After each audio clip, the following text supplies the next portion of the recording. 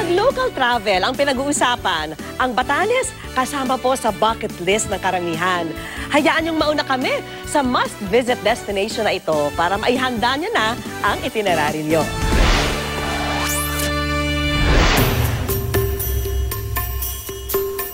Magandang tanawin. Tahimik. At makapigil hiningang ganda. Ang mga salitang ito, kulang pa para mailarawan ang pinuntahan naming summer destination. Nandito kami sa lugar na pinapangarap ng maraming napuntahan. Woohoo! Yeah! Oh! Akala nyo nasa New Zealand ako, no? No, because I'm here in Batanes! Woohoo!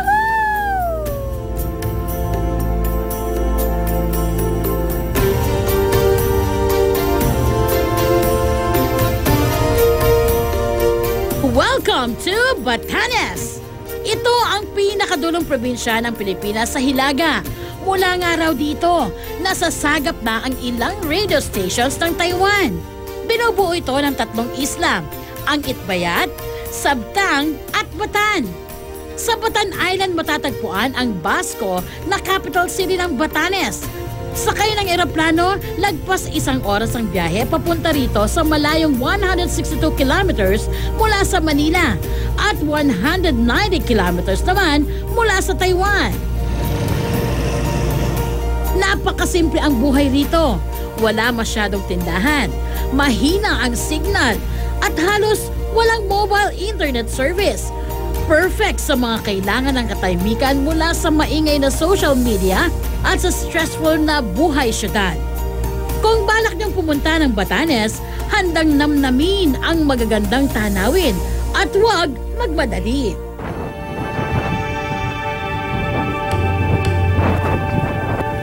Hi!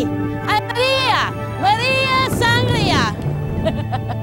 Ano mo yung Maria Sangria? Kapag sinabing Batanes, isa sa unang pumapasok sa isip ang mga burol na mala New Zealand o Switzerland ang itsura.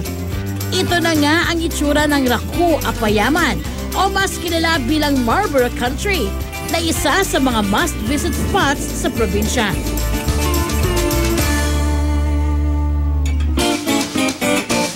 Guys, isn't this country beautiful? Kahit magpagalang-gulang ka pa like this! Ay, totoo! Ay! Ay! Ay! Ay, kuya! Ay! Ay! Kuya Rico! Oh! Nahilo! Oh my God! Oh shit! Nahilo ko ata! Oh my God! Ano yun? Nahilo ako! Oh my God! Kayo na! Kayo magpagalang-gulang ngayon, ah! Bakit niyo ako tinatanong tado, ah? Sige pa! More! More! Uy! Mali! Ay! Uy, Rich! Ang mga postcard na tanawin na ito ay pastulan ng mga baka. Hey! Kayo mga patabaing kalabaw! Trabaho sa asyenda ko! Ay! Aba, umaangal pa yung isa, ha? Hindi naman sila tatrabaho, eh. Kumakain lang sila, eh. Hey! Sabi nga nila, ang mga baka lang ang tambay sa Batanes dahil lahat ng mga ibatan laging abala sa hanap buhay. Yan po, nakikita niyo po si Manong, yung naka-green, yung may pastol na 3 bakang dala. Pag-akyat namin dito, nasa lubong namin sila. Tapos natanaw ko doon, pinapainom niya. Akala ko, day off na nila or uuwi na. Binalik po ulit. Grabe. Sobrang sipag. Grabe ang sipag ng mga ibatan. Go, kuya, parang Manila, may elevator, may escalator. Diba? Pag tinignan niyo po kasi itong lugar na to, para siyang napakalaking stadium.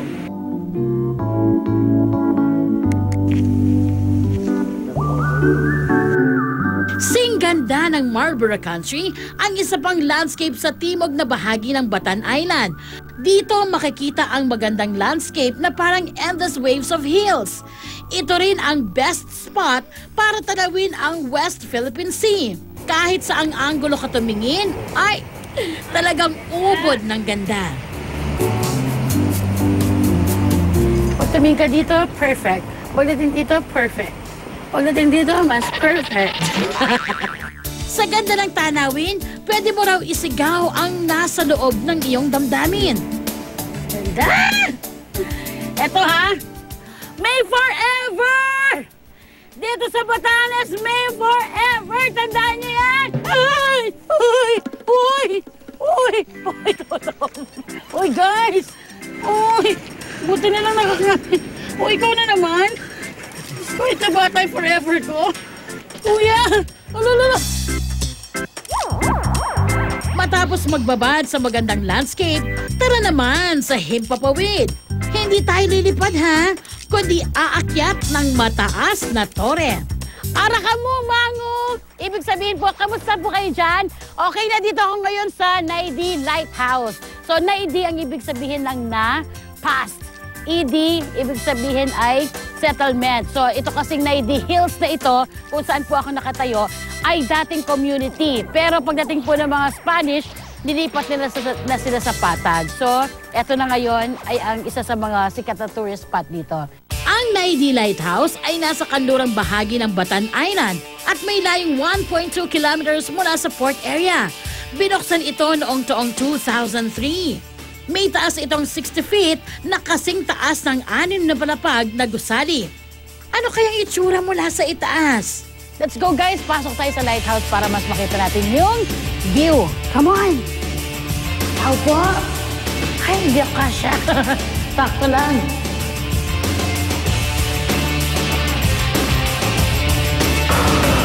Yeah!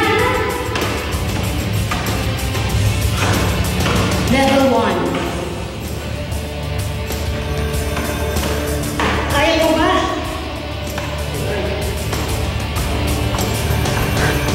Wala pa ba? Ang hangin! Wow! Yee! Ganda oh! Matapos ang ilang minutong pag-akyat, narating ko rin ang tuktok ng lighthouse. Ito ang Naidi Lighthouse. Pag-akyat mo dito, naku po, ito ang tatambad sa'yo 360 degrees overlooking Basco, ang capital ng Batanes! Woohoo! Sa tuktok ng Naidi Lighthouse mo malalaman kung bakit tinawag na Home of the Winds ang Batanes. Ang hangin kasi rito nagmumula sa iba't ibang direksyon na parang tatangayin ka sa lakas. Uy! Kapit! Kapit ko ah! Wow! Tingnan nakikita ko sa Instagram ah, pag may jowa ka oh. Kapit! Oop! Naku! Kapit lang mga bes! Kapit! Oh, ito ho ang totoong mahangin sa labas. San ba ako? Uy! Ang kulit ng hangin dito, no? Wala pang ganito sa Maynila.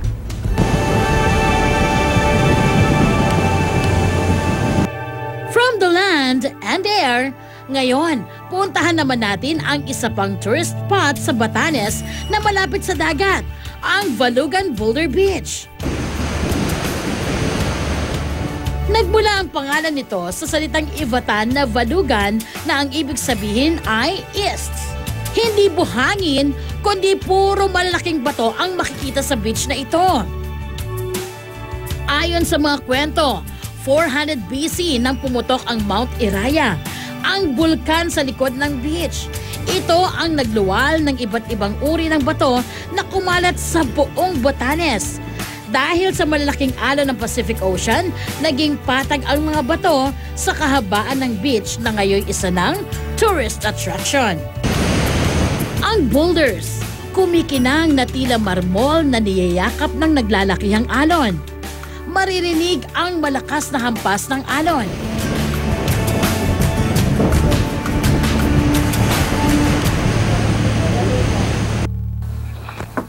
Pabili po.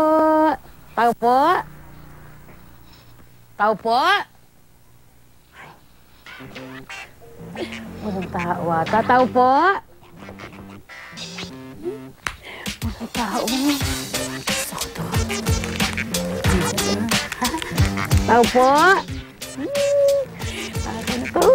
Hoy! Oh. Sino ka? Ako ang iyong konsensya. Ang taba mo naman. Ako nga konsensya mo eh. Uy, ibalik mo yan. Alam mo ba na nasa honesty store ka? Ito ba yung honesty store? Ito ba yung kukuha ka tapos pwede kahit ano yung nabili mo tapos may isang sulok doon yung babayaran mo na lang? Tama. Alam mo ba that this place is too small for dishonest people like you? Ayoko. Sorry na po. Isa pa ito sa hindi dapat palampasin, ang Honesty Coffee Shop. Itinayo ito noong 1995. Noong una may bantay. Pero dahil abala sa ibang bagay, nag-iwan na lang siya ng bilin. Kunin ang bibilhin, iwan ang bayad. Labas-masok ang mga customer at lahat naman daw ay nagbabayad. Diba? Honest sa mga tao? Good news yun, ha? Okay, so eto yung iba-ibang klase ng hot. Kasi gusto ng mga tao dito mga may init. Pero meron silang tubhoti. Susubukan ko yung tubhoti na 10 pesos lang. Wow. Tubhoti, 10 piso. Yan. Nagdagan ko ng konti. Hindi na agad honest. Okay. 10 piso na tea, pero yung cup 3 piso na. So 13 pesos. Gusto ko tinapay. Tinapay tayo.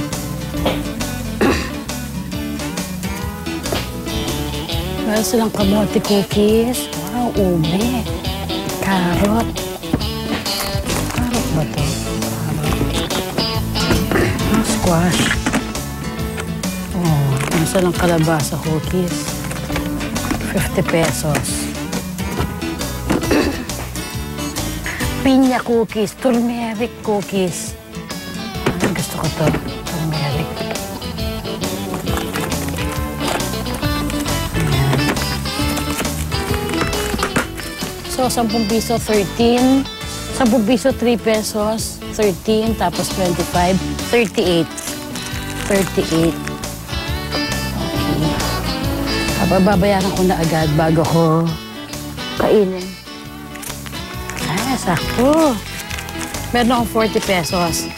So, meron akong sukli. 38 pesos yung nagastos ko, di ba? Meron akong 2 pisong sukli.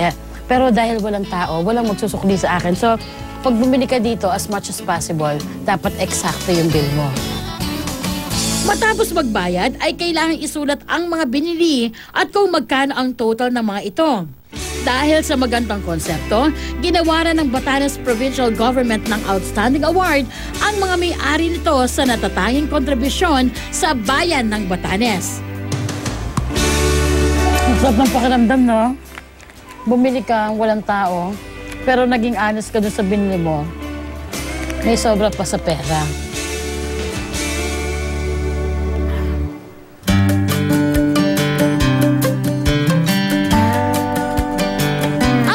Ang aming pinuntahan, napasyalan namin ng isang buong araw. Sulit na sulit ang bawat minuto dahil sa ganda ng tanawin at kagandahang loob ng mga taga rito.